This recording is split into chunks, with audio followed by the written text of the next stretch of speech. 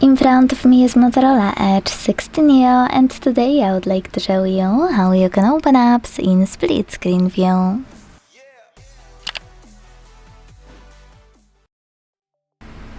Begin by selecting an app you want to use in this view and launching it in the background.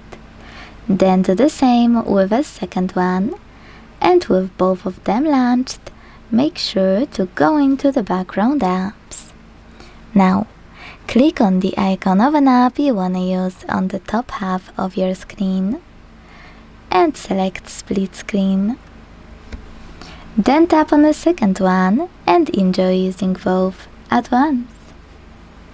If you want to go back from this view, you can either go back into the background and swipe them like you would any other app, or you can hold this line in the middle that can be also used to resize your apps and drag one all the way up or all the way down.